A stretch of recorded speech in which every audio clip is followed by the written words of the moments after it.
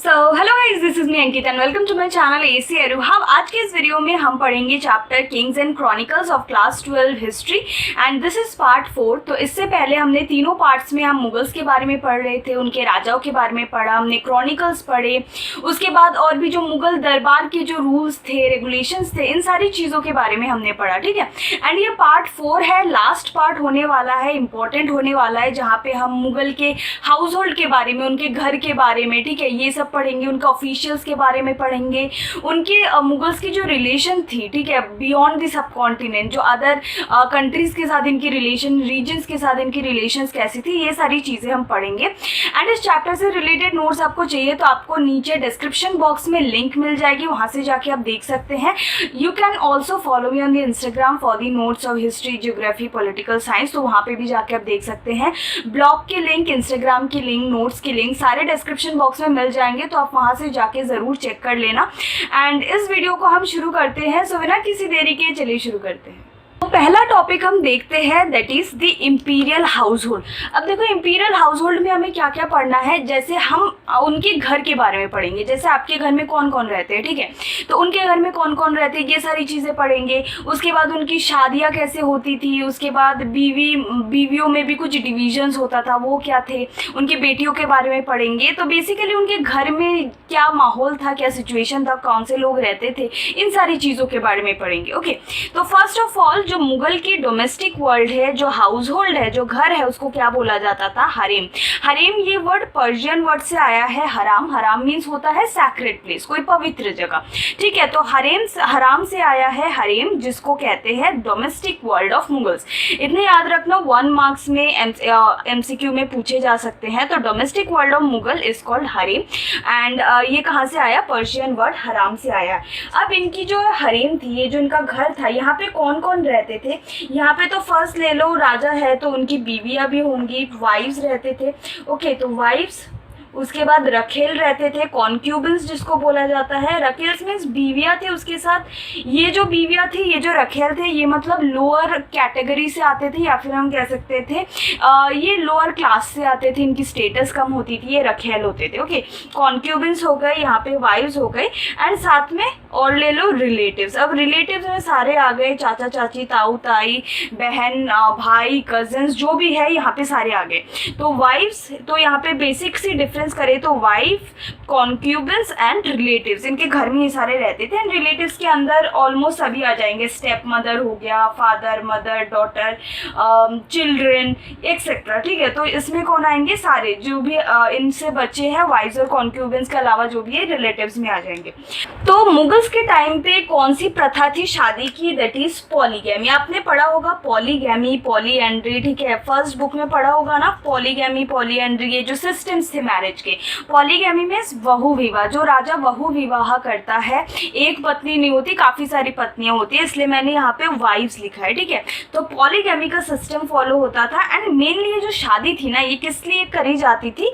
To establish the political relation. Political relation कैसे? आपने serials वगैरह में देखा होगा, जैसे कोई अगर शादी करता है कोई राजा, ठीक है, अब जिसके साथ शादी कर रहा है उसका वो जो लैंड है, जहाँ पे मतलब मान लो कोई राजा अपनी बेटी को जो है विवाह दे रहा है, शादी करवा रहा है, तो उसके साथ वो गिफ्ट में लैंड भी देते थे। ओके, तो इससे एक पॉलिटिकल रिलेशन बनता था। जो राजा शादी कर रहा है उसका जो एम्पायर है और ज़्यादा एक्सपैंड हो जाता था, पॉलिटिकल रिलेशंस जो है बढ़ती थी, ठीक है। तो that is the main reason कि ये शादी क्यों करते थे। एक तो है कि हाँ, प्यार में पड़ गए तो शादी कर ली, दूसरा इनका मेन मोटिव, प्राइमरी रीज़न क्या होता था? पॉलिटिकल रिलेशन बनाना, रिलेटिव ने political relation. Okay, so political relation is the primary aim, ताकि जैसे राजा को गिफ्ट में लैंड मिल गया, ठीक है, वहाँ से डाउरी में भी पैसे वगैरह आते थे। So that is the main reason कि ये शादी क्यों करते थे।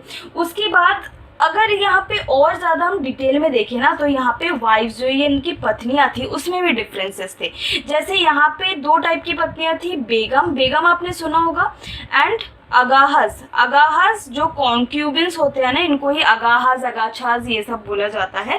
बेगम कौन होते थे? जिनकी स्टेटस हाई होती थी, कोई नोबल के परिवार से होता था, कोई राजा के खानदान से, शाही परिवार से, ठीक है। तो ये अपने साथ जब आते थे, ये शादी करके आते थे, तो इनके डाउरी में भी बहुत वैल्यूएबल चीज़ें मिलेगी, पैसे मिलेंगे, ठीक है। तो डाउरी का सिस्टम उस टाइम था, तो डाउरी में इनको महंगी महंगी चीज़ें, पैसे, ये सब मिलते थे।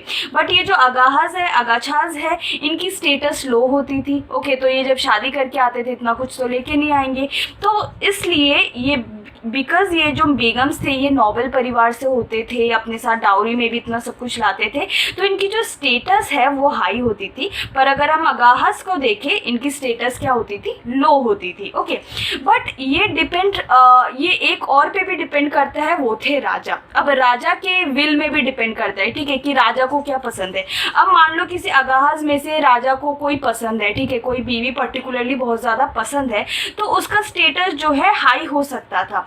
तो ये बेसिकली डिपेंड होता है कि लव, ठीक है, कि राजा किसको ज़्यादा प्यार करता है। एंड सेकंड है मदरहुड, कि अगर मान लो किसी ने पुत्र ज़्यादा जन्म दे दिए, ठीक है, तो उसको ज़्यादा प्रेफर किया जाता था। इसलिए जो अगाहस है, बेगम्स है, पर्टिकुलरली एक का स्टेटस हाई होता था, एक का लो होता था। बट ये जो स्टेटस की बात है, ये जो सारी चीज़ें हैं, ये किस पे डिपेंड करती थी? मेनली राजा पे, कि राजा किसको ज़्यादा प्रेफर करते हैं। ओके, इतना समझ आया। अब देखो यहाँ पे जितनी भी बीवियाँ थी, सबको एनुअली क्या मिलते थे? एक अलाउंस मिलता था, कैश मिलता था। ओके, तो चाहे वो बेगम हो, अगाहस, उनको क्या मिलता था? एक अलाउंस मिलता था, ईयरली बेसिस पे, एनुअल बेसिस पे एक मिलता था, जिसमें कैश होते थे, गिफ्ट्स होते थे। एंड ये स्टेटस के अकॉर्डिंग डिपेंड करता था। हाई स्टेटस वाले को ज़्यादा अच्छी चीज़ें मिलेंगी, कम स्टेटस वाले को कम। तो ये गिफ्ट्स एंड जो कैशेस है ये डिपेंड करते थे, बट इनको एक अलाउंस मिलती थी, ठीक है। एंड मुगल दरबार में इसके अलावा कुछ मेल स्लेव्स भी थे, फीमेल स्लेव्स तो थे ही, साथ में कुछ मेल स्लेव्स भी थे, ठीक है। इनका काम क्या होता था? जैसे गार्ड देना, ठीक है, सर्वेंट का काम करते थे, गार्ड का काम करते थे। तो ये आप देख सकते हो, मुगल की जो हाउस होल्ड थी, डोमेस्टिक वर्ल्ड था, वहाँ पे पत्नी, रखेल, relatives, male slaves, female slaves सारे रहते थे। ओके, तो बेसिकली क्या था ना, कि जो वहाँ के जो फाइनेंशियल रिसोर्सेज थे, फाइनेंशियल रिसोर्सेज कौन कंट्रोल करता था वहाँ पे? पहले नूरजहाँ, जो जहांगीर की बीवी है, वो कंट्रोल करती थी। तो financial resources was controlled by Nurjahan. But Nurjahan के बाद क्या हुआ? उनके बाद जो मुगल क्वींस एंड प्रिंसेसेस थे वो कंट्रोल करने लग गए। जैसे जहांनारा एंड रोशनारा। जहांनारा, रोशनारा कौन? शाहजहां की दो बेटियां। तो जो जहांनारा एंड रोशनारा थी, इनकी जो एनुअल अलाउंस थे ना, इनकी अलाउंस मतलब एक मनसबदार से भी ज़्यादा होता था। एक मनसबदार मतलब एक प्रोविंस का जो मतलब हेड होता था, ठीक है, मनसब, जिसके पास एक मनसब हो, जिसकी वो गवर्न करता हो, ओके, तो उसका जो हेड होता था उससे भी ज़्यादा इनके जो एनुअल अलाउंस होते थे। उसके बाद ये जो जहांनारा है, इनको और एक तरीके से पैसा मिलता था, वो था ट्रेड से। तो सूरत के पोर्ट में जो ट्रेड होता था, उससे जो रेवेन्यू निकलता था वो भी इनके पास जाता था। तो इनके पास रेवेन्यू भी आता था, एनुअल अलाउंस भी आता था। साथ में इन्होंने क्या किया था ना, आर्किटेक्चर में भी इन्होंने पार्टिसिपेट किया था। जैसे आप देखोगे जो शाहजहानाबाद है, जो शाहजहां का कैपिटल था बाद में, तो वो जो कैपिटल है उसको उसने आर्किटेक्चर में जो है उन्होंने पार्टिसिपेट किया था। तो उसके साथ साथ जो है मतलब आप देखोगे आज का जो ओल्ड दिल्ली है, वहाँ पे चांदनी चौक भी है, गार्डन्स वगैरह है। एंड वो भले एक अनप्लान्ड सिटी है, बट उसके जो आर्किटेक्चर है, ठीक है, जो भी बिल्डिंग्स वगैरह बने हैं, गार्डन्स बने हैं, चांदनी चौक है वहाँ के आसपास जो है, तो उनके आर्किटेक्चर में भी पार्टिसिपेट किसने किया था? जहांनारा ने। Okay, so that is all about the imperial house hold. And इसके बारे में और आपको जानना है तो हुमायूं नामा एक बुक लिखी गई है बाय गुलबदन बेगम। तो गुलबदन बेगम कौन? वो हुमायूं की सिस्टर थी, एंड उन्होंने एक बुक लिखा है हुमायूं नामा, जिसमें आपको जो है इस मुगल हाउस होल्ड के बारे में ग्लिम्स मिलेंगे। तो वहां से भी जो है आप इंफॉर्मेशन देख सकते हैं इस इंपीरियल हाउस होल्ड के बारे में। I hope it's clear. ज़्यादा कुछ है नहीं, बट इंपॉर्टेंट है, 8 मार्क्स में पूछे जा सकते हैं, या फिर उसमें पूछे जा सकते हैं 4 मार्क्स में। तो please do prepare it and अच्छे से समझ लो। ओके उसके बाद बात करते हैं द इम्पीरियल ऑफिशियल्स के बारे में। तो जो इम्पीरियल के काम करते थे, राजा के साथ जो जुड़े रहते थे इम्पीरियल ऑफिशियल्स थे, इनके बारे में बात करते हैं। तो पहले हम रिक्रूटमेंट देखेंगे कि रिक्रूट कैसे करते थे, उनके रैंक्स क्या होते थे। उसके बाद हम देखेंगे कि इंफॉर्मेशन कहाँ से मिलता था मुगल कोर्ट को। एंड लास्ट में हम देखेंगे कि जो सबऑर्डिनेट थे, मतलब जो प्रोविंसेस थे, उसकी एडमिनिस्ट्रेशन कैसे चलती थी, इनको हम देखेंगे। तो यार देखो, अगर आप कोई भी क्रॉनिकल ले लो, जैसे अकबरनामा ही अगर आप पढ़ लो, तो आपको वहाँ से एक चीज़ पता चलेगी, या फिर वो एक चीज़ अपने बुक के जरिए ये बताना चाहते हैं कि जो मुगल किंग है वो क्या है, सोल रूलर है, ठीक है। वो मतलब सबसे ऊपर है। एंड कोई अगर एम्पायर टिका है तो उन पे ही टिका है, ओके, सब उनका ऑर्डर मानते हैं। And yes, I agree with that कि एक किंग बहुत ज़्यादा इंपॉर्टेंट होते हैं उनके एम्पायर में, ठीक है। एंड ये बात तो सही है, बट अगर हम बहुत ज़्यादा डीप में देखें ना, तो ये अगर एम्पायर आपको चलाना है या फिर कोई भी राज्य, कोई भी कंट्री चलाना है, तो एक राजा के साथ साथ या फिर एक रूलर के साथ साथ आपको कुछ ऑफिशियल्स भी चाहिए, कुछ एडमिनिस्ट्रेशन भी चाहिए, ताकि जो भी राज्य का काम हो, एडमिनिस्ट्रेशन का काम हो, वो स्मूथली चल सके, इफेक्टिवली चल सके। एंड जो भी ये ऑफिशियल्स थे ना, ये बहुत ज़्यादा इम्पॉर्टेंट रोल प्ले करते थे। अगर कोई सबऑर्डिनेट में या फिर अगर कोई प्रोविंस में, अगर कोई राज्य में ऑफिशियल्स नहीं होंगे, तो उनका काम कौन देखेगा? जो इन्फॉर्मेशन होगा, जो और भी बाकी काम होंगे, टैक्स से रिलेटेड, पॉलिटिकल रिलेटेड, तो ये कौन करेगा? तो they are one of the important pillar in the Mughal empire. Important pillar कौन? जो ये इम्पीरियल ऑफिशियल्स होते थे ना, ये बहुत ज़्यादा इम्पॉर्टेंट थे। एंड इनकी जो रिक्रूटमेंट होती थी वो डिफरेंट एथनिक ग्रुप से भी होती थी एंड रिलीजियस से भी होती थी। ऐसा कुछ नहीं था कि यार तुम मुसलमान हो तो तुम्हें ज़्यादा प्रेफरेंस मिलेगा, ऐसा कुछ नहीं था।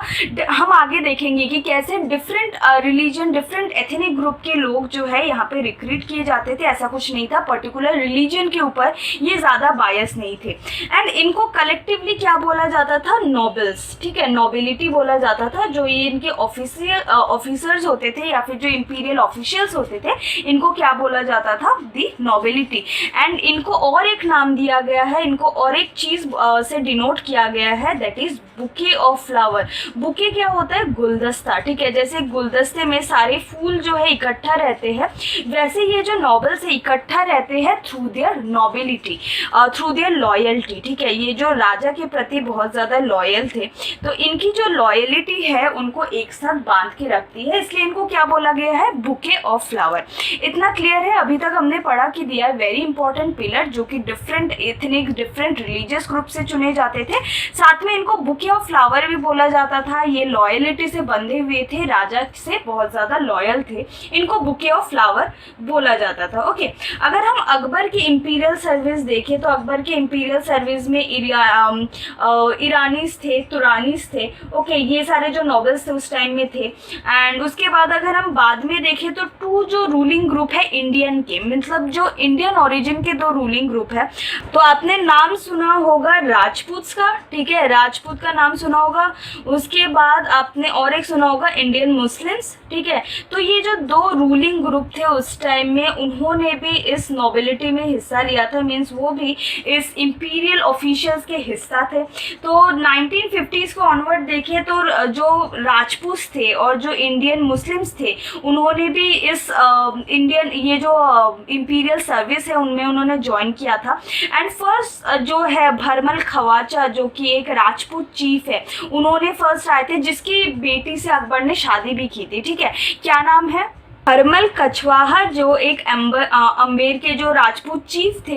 एंड इनकी बेटी से जो है अकबर ने बाद में शादी भी की थी। ओके, तो जो हिंदूज थे ये ज़्यादातर लीन थे टुवर्ड्स एजुकेशन, टुवर्ड्स अकाउंटेंसी, ठीक है। तो एजुकेशन के प्रति, अकाउंटेंसी के प्रति, ठीक है। तो ज़्यादातर जो इकोनॉमिक का काम होता था, जो अकाउंटेंसी का काम होता था, ये वही संभालते थे। जैसे राजा तोदरमल है, तो वो फाइनेंस मिनिस्टर थे अकबर के टाइम में। तो राजा तोदरमल जो है वो एक हिंदू है, क्षत्रिय कास्ट से है, तो वो क्या थे, फाइनेंस मिनिस्टर थे। बिकॉज उस टाइम में हिंदूज का जो झुकाव था वो ज़्यादातर एजुकेशन के प्रति था, फाइनेंस के प्रति, अकाउंटेंसी के प्रति उस टाइम में था। जहांगीर के टाइम में ईरानियंस को भी हाई ऑफिसेज मिल रखे थे, ठीक है, उसके साथ राजपूत भी थे। तो राजपूत, मराठास, ईरानीज, ये सारे आप देख सकते हो। इसलिए हमने कहा पहले कि different ethnic and different religion group से ये आते थे। यहाँ तक हमने बात की रिक्रूटमेंट की। उसके बाद अगर हम रैंक की तरफ जाए तो इनको रैंक कैसे मिलता था,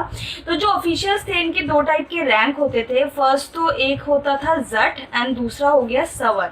जट क्या होता था, ये दोनों ही जो है न्यूमेरिकल डेजिग्नेशन है। जट मतलब ये होता था कि किसकी पोजीशन कितनी है और उसके बाद उसको सैलरी कितनी मिलती है, तो वो उसको दर्शाता था कि उसकी पोजीशन कैसी है, पोजीशन को इंडिकेट करता था कि हाई है, लो है, एंड साथ में उनकी जो सैलरी है उसको इंडिकेट करता था। एंड सेकंड है सवर। तो सवर किसको डिनोट करता था, द नंबर ऑफ हॉर्समैन, ठीक है, तो कितने हॉर्समैन थे ये सारे इसको दिखाते थे कि कितने हॉर्समैन हैं। Okay, so in the 17th century mansabdars of 1000 जट और अबव रैंक्ड एज नोबल। तो ये जो जट है जिसके पास 1000 से ज़्यादा जट होती थी, ठीक है, 1000 से ज़्यादा जट होती थी, उसको नोबल्स बोले जाते थे। जट क्या, it shows the position as well as salary. Okay, तो इसको क्या बोले जाते थे, नोबल्स। एंड सेकेंड इज सवर। तो ये दो टाइप के रैंक थे, इसको याद रखना है। ये जो नोबल्स थे ये मिलिट्री कैंपेन्स में भी पार्टिसिपेट करते थे अपने आर्मीज के साथ, ठीक है। एंड जो ट्रूप्स होते थे वो क्या रखते थे, जो सुपीरियर हॉर्सेस वगैरह रखते थे उनको मेंटेन करते थे।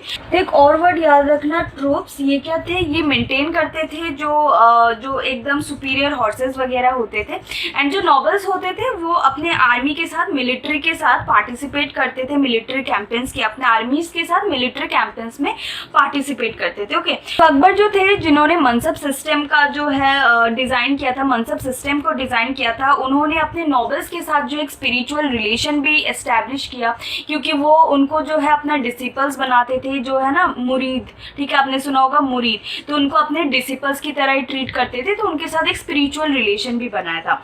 साथ में जो नोबिलिटी के मेंबर्स थे, जो इंपीरियल ऑफिशियल्स थे, उनको और एक ज़्यादा फायदा था कि इंपीरियल ऑफिशियल बनते ही उनके पास पावर भी आ जाता था, वेल्थ तो था ही, ठीक है, वेल्थ तो आता ही था, पैसे आते थे, पावर आता था, एंड हाईएस्ट पॉसिबल रेप्यूटेशन आता था। ये तीनों चीजें जो है उनको मिलती थी जब कोई इंपीरियल ऑफिशियल बनता था, कोई नोबल्स बनता था। साथ में ये जो है राजा को एक तजवीज़ देते थे। तजवीज़ क्या होता है, तजवीज़ एक पिटीशन होता है जो नोबल जो होते हैं, नोबिलिटीज जो होते हैं वो राजा को प्रेजेंट करते हैं। बेसिकली इसमें यही बताया जाता है to recommend that an applicant be recruited as mansabdar. तो मनसबदार के पोस्ट के लिए इस किसी एप्लीकेंट को जो है रिक्रूट करवाना है, ठीक है, जैसे आप जॉब के लिए जाते हो, अपनी प्रोफाइल वो सब रेज्यूमे वगैरह देते हो, उस टाइम में क्या होता था, जो पिटीशन होता था वो नोबलमैन, जो नोबिलिटीज होते थे वो राजा को जाके देते थे।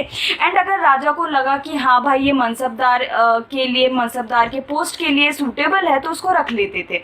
ओके, तो दैट इज द थिंग। तो ये जो तजवीज़ होता था वो कौन प्रेजेंट करता था राजा को, ये नोबलमैन। ओके, एक और नाम याद रखना है, दैट इज मीर बख्शी। मीर बख्शी ये क्या करते थे ना, ये राजा के साइड में खड़े होते थे, एंड जिसको भी अपॉइंटमेंट के लिए आना होता था, जिसको भी किसी प्रमोशन के लिए आना होता था, वो उनको प्रेजेंट करते थे, ठीक है। तो वो राजा के साइड में खड़े होते थे, जिसको भी आना है वो प्रेजेंट करवाते थे। ओके, कि मतलब कोई आ गया देखो प्रमोशन के लिए, या फिर कोई आ गया किसी और काम के लिए, ठीक है, तो इनको क्या करना था, प्रेजेंट करना था, इन्हीं का ये काम होता था। तो ये राइट साइड में खड़े होते थे, एंड जो भी अपॉइंटमेंट के लिए, प्रमोशन के लिए आया है उसको क्या बोलते हैं, भेजते थे। ओके, राजा के पास भेजते थे। इसके साथ और दो पोस्ट थे, ठीक है, और 2 मिनिस्ट्रियल पोस्ट थे। एक है दीवानी आला, ठीक है, इसको याद रखना, दीवानी आला। दीवानी आला मीन्स क्या होता है, फाइनेंस मिनिस्टर। इसके साथ और एक पोस्ट था, दैट इज सदर उस सदूर। सदर उस सदूर ये क्या थे, that is minister of grants. जो ग्रांट्स लेते थे इनको क्या बोला जाता था, सदर उस सदूर। तो इनका दो काम होता था, एक तो बेसिकली ये मिनिस्टर ऑफ ग्रांट थे, ठीक है, एंड दूसरा होता था अपॉइंटिंग काजी। दो लोकल जज वगैरह होते हैं, इनको अपॉइंटमेंट करने का काम किसका होता था, दैट इज सदर उस सदूर का, ठीक है। तो दैट इज दी 3 हमने देखा यहाँ पे, मिनिस्टर, मीर बख्शी, दीवानी आला एंड सदर उस सदूर। बहुत ज़्यादा इंपॉर्टेंट है कि ये जो जो मिनिस्ट्रियल थे या फिर जो नोबिलिटीज़ थे, इनमें सारे ये काम करते थे। इनके पास पावर, वेल्थ, रेप्यूटेशन था, ठीक है। इनके पास हम क्या कह सकते थे, इनको बुके ऑफ फ्लावर बोला जाता था, बिकॉज ये लॉयलिटी से जो है बंधे होते थे राजा के साथ। ओके, एंड इनकी जो है रैंक्स मिलते थे, जट, सवर, ये मिलिट्री कैंपेन्स में भी पार्टिसिपेट करते थे। And that is all about the imperial officials. अगर देखें हम इंफॉर्मेशन के सोर्स का, तो एम्पायर में जो भी इंफॉर्मेशन आता था, जो भी खबरें, न्यूज़ जो भी मिलती थी ना, वो कुछ जरिया था उसका, ठीक है। तो एक तो फर्स्ट हो गया कि इंपीरियल पोस्ट। तो पोस्ट से जैसे डाक आता है ना, पोस्ट सिस्टम हम बोलते हैं, डाक आता है। तो मुगल पोस्ट सिस्टम था, जहाँ पे जो आपने देखा होगा टीवी में या फिर मूवीज़ में, सीरियल्स में, जैसे रोल करके आता था, ओके, तो उसको खोल के जो है आप इंफॉर्मेशन देखते थे। तो कोई भी न्यूज़ हो गया, ऑफिशियल डॉक्यूमेंट हो गया, वो डिफरेंट रीजन से ट्रैवल करके मुगल के किंगडम में आते थे, मुगल इंपीरियल पोस्ट के थ्रू जो है ये आते थे। तो ये हो गया इंपीरियल पोस्ट सिस्टम, जहाँ पे कोई भी इंफॉर्मेशन जो है, न्यूज़ है या फिर कोई ऑफिशियल डॉक्यूमेंट्स है, वो आते थे थ्रू इंपीरियल पोस्ट। ओके, ये जो है बेसिकली रोल होके आते थे, ठीक है, रोल करके आते थे एंड फिर उसको खोल के देखना होता था। तो दैट इज इंपीरियल पोस्ट। उसके बाद जो मीर बख्शी है, इनका भी एक रोल था, हमने यहाँ पे देखा मीर बख्शी। तो मीर बख्शी का रोल यहाँ पे भी है, ये एक्चुअली सुपरवाइजर का काम करते थे। तो जो भी मुगल रूलर के टाइम पे जो भी ऑफिशियल जो डॉक्यूमेंट्स का या फिर एप्लीकेशन का जो भी रिकॉर्ड रखता था, ओके, जो भी रिकॉर्ड रखता था, जो राइटर्स होते थे, कोटियर्स होते थे, एंड जो मुगल्स के एप्लीकेशंस का, डॉक्यूमेंट्स का इनको रिकॉर्ड रखता था, इनकी जो सुपरविजन है वो मीर बख्शी करता था। ओके, तो मीर बख्शी का काम एक तो प्रेजेंट करना भी होता था कि जो भी अपॉइंटमेंट के लिए आए हैं, प्रमोशन के लिए आए हैं, उसको राजा के सामने प्रेजेंट करें, साथ में सुपरविजन का काम भी होता था। सेकंड होते थे वकील, लॉयर। तो इनका काम क्या होगा, तो जो भी सेशन कोर्ट में जो भी इनका डेट होता था, टाइम होता था, या फिर जो भी प्रोसीडिंग्स हुई है, ठीक है, उसके बारे में खबर रखना, उसके बारे में इंफॉर्मेशन रखना किसका काम होता था, वकील का। ओके, तो वकील is related to the court की मतलब सेशन की डेट कब है, हियरिंग कब है, कितने बजे है, ओके, और क्या क्या हुआ, इन सब का जो रिपोर्ट कौन रखता था, वो था वकील। थर्ड है अकबरात। इनका रोल बहुत ज़्यादा इंपॉर्टेंट होता था, बिकॉज इनके पास जो है हर तरह की ड्यूटी होती थी। इनको कोर्ट का अटेंडेंस भी देखना होता था, उसके बाद जो ऑफिसर्स है उसको देखना होता था, फिर किसको टाइटल देना है, फिर डिप्लोमेटिक मिशंस को देखना होता था, जो ऑफिसर्स है उनकी हेल्थ कैसी है, वो सारी चीज़ें देखनी होती थी। तो इनका जो रोल था ये बहुत ज़्यादा वेराइड था, बहुत ही ज़्यादा ब्रॉड था, बिकॉज ये काफ़ी सारी चीज़ों को ध्यान में रखते थे। ओके, तो इन्फॉर्मेशन का जरिया कौन कौन सा था, फर्स्ट है इंपीरियल पोस्ट। इंपीरियल पोस्ट के थ्रू जो रोल में, बैम्बू रोल्स में जो न्यूज़ आते थे या फिर कोई डॉक्यूमेंट्स आता था, वो हो गया थ्रू इंपीरियल पोस्ट। सेकंड है मीर बख्शी। इनका काम होता था सुपरविजन करना, जो भी डॉक्यूमेंट्स देख रहा है, रिकॉर्ड कर रहा है, एप्लीकेशंस रिकॉर्ड कर रहा है, उनकी सुपरविजन करना। थर्ड है वकील, जो कि कोर्ट की प्रोसीडिंग्स को, फिर डेट, टाइम, इनको ध्यान में रखता था। एंड अकबरात का काम एक्चुअली होता था कि सारी चीज़ों को मतलब वो देखते थे, जैसे डिप्लोमेटिक रिलेशन से शुरू करके कोर्ट की क्या स्थिति है, उसके बाद हेल्थ क्या है ऑफिसर्स का। ओके, सो इन सारी चीज़ों को देखने का काम होता था अकबरात का।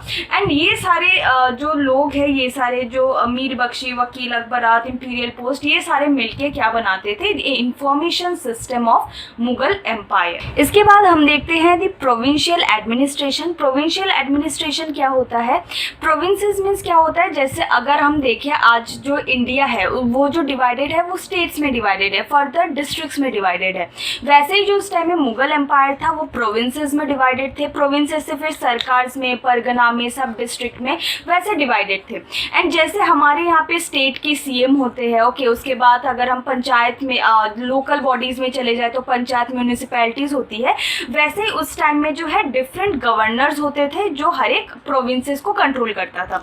अब प्रोविंशियल की एडमिनिस्ट्रेशन कैसे चलती थी, फर्स्ट जो है प्रोविंसेस, तो प्रोविंसेस को सूबास भी बोला जाता था। एंड जो उनके गवर्नर होते थे, जो रूल मतलब जो मेन बॉडी होती थी, हेड होते थे, वो था सूबेदार। ओके, एंड ये डायरेक्टली किसको जाके रिपोर्ट करते थे, एम्पेरर को, ठीक है। तो इनका कनेक्शन डायरेक्ट एम्पेरर से होता था तो ये रिपोर्ट किसको करते थे, एम्पेरर को, एंड इनको सूबेदार बोला जाता था।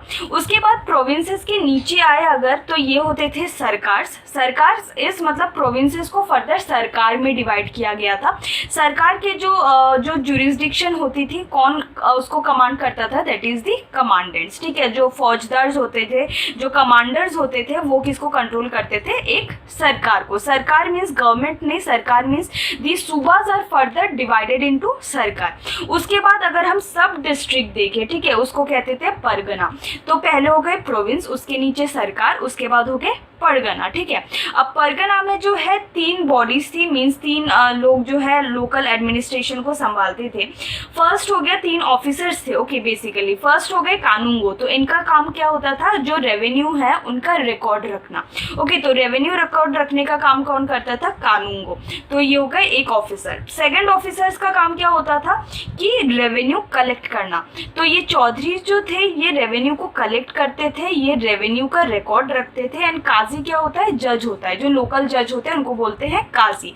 तो इन 3 ऑफिसर्स जो है, ये 3 ऑफिसर्स मिलके क्या संभालते थे, एक परगना को। कोई रेवेन्यू कलेक्ट करता था, रिकॉर्ड रखते थे, एंड एक होते थे काजी, ओके। एंड जो भी इस एडमिनिस्ट्रेशन का काम चलता था उसमें clerks, accountants, auditors, messengers, technically qualified officers, इनकी भी ज़रूरत पड़ती थी, ओके। तो ये तो एडमिनिस्ट्रेशन के हेड होते थे, ठीक है। बट इनके अंडर कौन काम करता था, ये क्लर्क्स, अकाउंटेंट्स, ऑडिटर्स, मैसेंजर्स, ये सारे जो लोग हैं ये इनके अंडर काम करते थे। एंड ऐसे ही जो प्रोविंशियल एडमिनिस्ट्रेशन है वो चलता था। के बाद पढ़ते हैं बियॉन्ड दी फ्रंटियर्स। तो बेसिकली हम इसमें देखेंगे जो मुगल्स का जो रिलेशन था इनके नेबर्स के साथ वो बेसिकली कैसा था। तो अगर आप क्रॉनिकल्स वगैरह में देखेंगे तो जो कुछ टाइटल्स दिए गए थे, हाई साउंडिंग टाइटल्स मुगल राजाओं को, जैसे शहनशाह हो गया, ठीक है। शहनशाह का मतलब क्या होता है, किंग ऑफ किंग्स। उसके बाद जहांगीर, जहांगीर मतलब वर्ल्ड सीजर, जो विश्व पर कब्जा करने वाला, ठीक है, तो उसको बोलते हैं जहांगीर। एंड जो शाहजहां, इसका मतलब होता है किंग ऑफ द वर्ल्ड, पूरे विश्व राजा। तो के ऐसे हाई साउंडिंग टाइटल्स जो है मुगल एम्पायर्स को दिए जाते थे। एंड इसको देने के पीछे एक यही मतलब था कि उनको ये दिखाना था, ये जो मुगल राजा है इनकी ये जो टेरिटोरी और जो ये पॉलिटिकल पावर है वो पहले से ही था, कोई इनके अपोजिशन वगैरह नहीं है, कोई टेंशन नहीं है, कोई राइवलरी नहीं है। यही दिखाने का मतलब मेन पर्पस यही था कि इनको ये साउंडिंग, ये टाइटल्स देने का। बट सेम अगर हम इसी हिस्टोरियंस का देखें, इसी टाइम पे जो कंटेम्प्रेरी हिस्टोरियंस है उन्होंने ये देखा है या फिर उन्होंने लिखा है कि जो नेबरिंग कंट्रीज, नेबरिंग रीजन्स के साथ मुगल्स का जो रिलेशन था वो कुछ खास अच्छा था नहीं, बहुत ज़्यादा टेंशन था, राइवलरी थी। तो वही कुछ जगह, वही कुछ रीजन्स हम देखेंगे कि कहाँ कहाँ पे जो है इनकी राइवलरी थी, क्या केस था, ठीक है, इन सब चीज़ों को देखेंगे। तो फर्स्ट है सफाविद एंड कांधार। तो सफाविद देखो ये रूलर है, ठीक है, तो ये है रीजन, सफाविद जो है रूलर है, ये कांधार क्या है, रीजन है। तो इस रीजन के लिए, ये जो कांधार है इस जगह के लिए जो है इन दोनों में क्या थी, कंटेस्टेशन थी, टेंशन थी, राइवलरी थी, ठीक है, दुश्मनी थी मेनली, ये समझ लो। तो मेन कहानी शुरू किससे होती है, इस हिंदू कुश माउंटेन से। अब इस हिंदू कुश माउंटेन की वजह से क्या हुआ ना, इस हिंदू कुश माउंटेन ने क्या किया, अफगानिस्तान को जो है सेंट्रल एशिया और ईरान वगैरह जो रीजन है ना, सेंट्रल एशियन रीजन है, वेस्ट एशियन जो बोलते हैं आज, तो सेंट्रल एशिया को अफगानिस्तान से जो है ये डिवाइड करता है, ओके। तो हिंदू कुश माउंटेन जो है बेसिकली बीच में आता है, यहाँ पे अफगानिस्तान, यहाँ पे सेंट्रल एशिया। अब ये जो है सबको इस रीजन को कंट्रोल करना है, ठीक है, मुगल्स को भी कंट्रोल करना है। क्यों कंट्रोल करना है, क्योंकि अगर यहाँ पे कंट्रोल मिल गई तो इंडिया का जो नॉर्दर्न पार्ट है उसमें कंट्रोल करना बहुत ज़्यादा इजी हो जाएगा। अब जो सेंट्रल एशिया के जो रूलर्स है, किंग्स है, तो अगर उन्होंने इस हिंदू कुश पे कंट्रोल कर लिया ना तो उनको आसानी से जो है इंडिया के नॉर्दर्न पोर्शन में जो है उनको एंट्री मिल जाएगी। इसलिए वो क्या चाहते थे कि इस रीजन को वो कंट्रोल करे, मुगल्स भी चाहते थे इस रीजन को कंट्रोल करें। एंड इस हिंदू कुश माउंटेन की वजह से जो है बहुत ज़्यादा तनातनी लगी रहती थी। अब क्या हुआ, मुगल्स ने सोचा कि यार हमें इस रोड के झमेले को चाहिए ही नहीं। हम एक ऐसा, ये उनका एक एम यही था कि ये जो रोज़ का जो ये तनातनी है ना कि रोज़ का डेंजर है, किस कौन मतलब हमला करेगा, कौन कब्जा करेगा, तो इस रोज़ के झंझट से छुटकारा पाने के लिए उन्होंने क्या सोचा कि उसकी जो आउटपोस्ट है, ठीक है, हिंदू कुश माउंटेन की जो आउटपोस्ट है काबुल में, काबुल एंड कांधार, ठीक है, इनको हम कंट्रोल कर लेते हैं, काबुल एंड कांधार को हम कंट्रोल कर लेते हैं, जिस वजह से ये क्या बना, दी बोन ऑफ कंटेस्टेशन, मीन्स ये एक ऐसी रीजन बनी कांधार जिसकी वजह से इन सफाविद्स के बीच में और मुगल्स के बीच में एक टेंशन का माहौल पैदा हुआ। तो पहले तो ये जो था ये किसके पास था, हुमायूं के पास था। उसके बाद अकबर ने दोबारा 1595 में इसको क्या कर लिया था, रिकनकर कर लिया था। तो हुमायूं के बाद अकबर जो उनके बेटे हैं, इन्होंने दोबारा कनकर कर लिया था 1595 में। बट उस टाइम में भी जो है ना सफाविद का और मुगल्स का एक रिलेशन था, डिप्लोमेटिक रिलेशन था। एंड उस टाइम में भी जो सफाविद किंगडम है वो कंटिन्यूअसली ये क्लेम करती थी कि ये हमारी जगह है। ओके, तो ये कांधार जो है इस पे बेसिकली टेंशन था, अकबर के पास था, फिर भी ये जो है क्लेम करते थे कि ये जो जगह है ये हमारी है। ओके, तो क्या हुआ कि जहांगीर ने 1613 में डिप्लोमेट्स भेजे एंड कहा कि इसको ये करते हैं, इसको सुलह करते हैं, बट कुछ हुआ नहीं। बट विंटर में 1622 के विंटर में क्या हुआ ना, जो पर्शियन आर्मी थी उन्होंने इस कांधार को हमला कर लिया और कांधार को क्या कर लिया, कब्जा कर लिया, कांधार पे इन्होंने कब्जा कर लिया। एंड बिकॉज मुगल की आर्मी इल प्रिपेयर्ड थी, मीन्स उस टाइम में प्रिपेयर नहीं थी, इसलिए क्या हुआ, मुगल की आर्मी डिफीट हो गई और उनको सरेंडर करना पड़ा। तो बेसिक सी बात यही है कि पहले जो ये हिंदू कुश माउंटेन के लिए जो है टेंशन था, उसके बाद उन्होंने सोचा कि हम कांधार को, काबुल को, उनके जो आउटपोस्ट है उनको कंट्रोल करते हैं।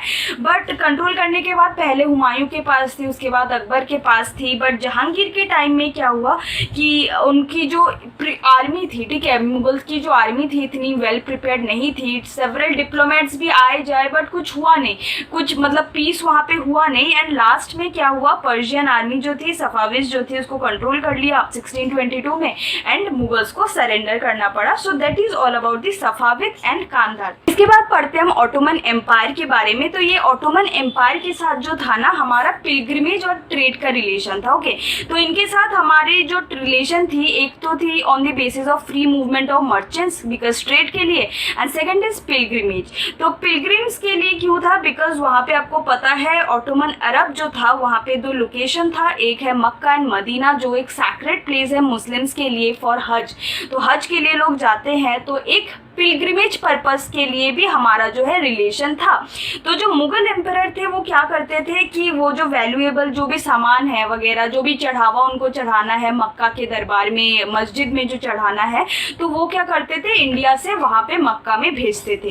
And in the period of Aurangzeb, ठीक है, ये औरंगजेब ने ये डिस्कवर किया कि जो भी वो चढ़ावा वहाँ पे भेजते हैं उसकी बहुत मिसयूज़ हो रही है। ओके, तो उन्होंने क्या किया, ये जो ट्रेड पिलग्रिमेज का रिलेशन है वो कट कर दिया एंड वो चढ़ावा मक्का में भेजने की जगह वो कहाँ पे देने लगे, इंडिया में जो हिंदुस्तान में जो मस्जिद वगैरह थे वहाँ पे वो चढ़ाने लगे। तो पहले तो इनके साथ एक ट्रेड का पर्पस था, एक पिलग्रिमेज का पर्पस था, पर जब उनको पता चला कि उनकी चैरिटी में इन सारी चीज़ों का मिसयूज़ हो रहा है तो उन्होंने क्या किया, उनके साथ रिलेशन कट करके वो इंडिया के जो मस्जिद थे वहाँ पे ये सारे जो वैल्यूएबल उनको जो भी चढ़ाना था वो वहाँ पे देते थे। Okay, so that is about the Ottomans. ये बहुत छोटा सा था। इसके बाद अगर हम देखें तो जेसुइट्स के बारे में। ओके, अब जेसुइट्स कौन थे, ये मिशनरीज थे जो इंडिया में आए थे। एंड अगर हम देखें यूरोप को जो भी नॉलेज मिला है इंडिया के बारे में, ठीक है, यूरोप को जो भी इंडिया के बारे में पता है, तो मोस्ट ऑफ द थिंग्स जो है उनको जेसुइट मिशनरीज के थ्रू ही पता चला है। बिकॉज वो इंडिया में आए थे, उनके जो ट्रैवलर्स है उन्होंने इंडिया के बारे में लिखा है, जो मर्चेंट्स है, डिप्लोमेट्स है, ठीक है, उन्होंने इंडिया के बारे में लिखा है। तो मुगल कोर्ट के बारे में भी उन्होंने लिखा है। एंड यूरोप के राइटर को जो भी पता चला है, यूरोप को जो भी पता चला है, इनके थ्रू ज़्यादातर पता चला है। ओके, अब अब क्या हुआ, जब सी रूट पता चल गया ना कि इंडिया में ये सी रूट है, अब 15th सेंचुरी के बाद से पोर्तुगीज आए पहले। ओके, पोर्तुगीज मर्चेंट्स आए, उन्होंने अपना ट्रेडिंग नेटवर्क जो है कोस्टल सिटीज में उन्होंने एस्टैब्लिश किया। उसके बाद जो पोर्तुगीज किंग है उसको भी मतलब बहुत ज़्यादा इंटरेस्ट था इस क्रिश्चियनिटी को ज़्यादा बढ़ाने में। आपको पता है जो कॉलोनियलिज्म होता है उसमें 3 चीज़ मेन होता है, एक तो है गॉड, सेकेंड है गोल्ड, थर्ड है ग्लोरी। गोल्ड मीन्स जो ट्रेड है, गॉड मीन्स जो आपकी रिलीजियन है उसको स्प्रेड करना, एंड जो ग्लोरी है मीन्स आप जितना लोगों को कॉलोनाइज कर पाओगे उतना ज़्यादा आपकी ग्लोरी बढ़ेगी। तो यहाँ पे एक तो इनका ट्रेड का पर्पस हो गया, ठीक है। तो जो पोर्तुगीज आते थे उन्होंने ट्रेड नेटवर्क लगा लिया। उसके बाद उनकी जो रिलीजियन है, क्रिश्चियनिटी है, वो भी इनके मिशनरीज के थ्रू स्प्रेड कर रहे थे। ओके, तो जो पोर्तुगीज किंग थे उन्होंने कुछ मिशनरीज को भेजे थे जिसको बोलते हैं जेसुइट। तो ये जो जेसुइट्स आए थे क्रिश्चियनिटी को स्प्रेड करने आए थे। साथ में अकबर को भी बहुत ज़्यादा क्यूरियोसिटी थी क्रिश्चियनिटी में, तो उन्होंने इनको कहाँ पे इनवाइट किया, गोवा की एम्बेसी में इनको इनवाइट किया था। 1580 में वो जो है फतेहपुर सीकरी भी गए थे, 2 साल तक वहाँ पे रहे भी थे। एंड फिर 2 मिशनरी उनके आए थे 1591 में, फिर 1595 में दोबारा आए थे लाहौर में। ओके, तो इनके मिशनरीज आए, साथ में ये गोवा की एम्बेसी में भी गए बिकॉज अकबर को बहुत ज़्यादा क्यूरियोसिटी थी तो उन्होंने उनको इन्वाइट किया था। एंड ये जेसुइट्स जो है इन्होंने कुछ ऑब्जर्वेशन किया, तो इन्होंने मुग़ल एम्पायर के बारे में भी लिखा, उनके कैरेक्टर के बारे में लिखा, अकबर के बारे में लिखा। सो सारी जो रूल्स थी, रेगुलेशंस थी, उन्होंने काफ़ी लिखा है। तो यूरोप्स को जो भी मुग़ल एम्पायर के बारे में, इंडिया के बारे में पता चला है, इनके जो ट्रैवलर्स के जो अकाउंट्स थे इससे बहुत ज़्यादा पता चला है। सो that is all about the Jesuit missionary, जो बेसिकली था अबाउट दी क्रिश्चियनिटी को स्प्रेड करने के बारे में, ठीक है। जो पोर्तुगीज़ आए थे पहले, उन्होंने ट्रेड नेटवर्क किया था, उसके बाद क्रिश्चियनिटी को स्प्रेड करने के लिए जेसुइट की मिशनरीज आई थी। Okay, so that is all about the chapter, and with this we came to the end of this chapter. इसी के साथ हम इस चैप्टर को ख़त्म करते हैं। इसके बाद जो लास्ट टॉपिक था क्वेश्चन वाला, that is up to you, because उसको आपको पढ़ना है। उसमें कुछ नहीं है, उसमें बस क्वेश्चंस क्या क्या थे वो सब पढ़ना है, तो वो आप खुद से पढ़ सकते हैं। तब तक इस वीडियो में कोई भी डाउट रहे तो you can ask me in the comment section. Video कैसा लगा बताओ, एंड अगर वीडियो पसंद आए तो इसको लाइक करना ना भूलें, इस चैनल को सब्सक्राइब करना ना भूलें। हम मिलते हैं अगले वीडियो में। Till then stay tuned, bye bye.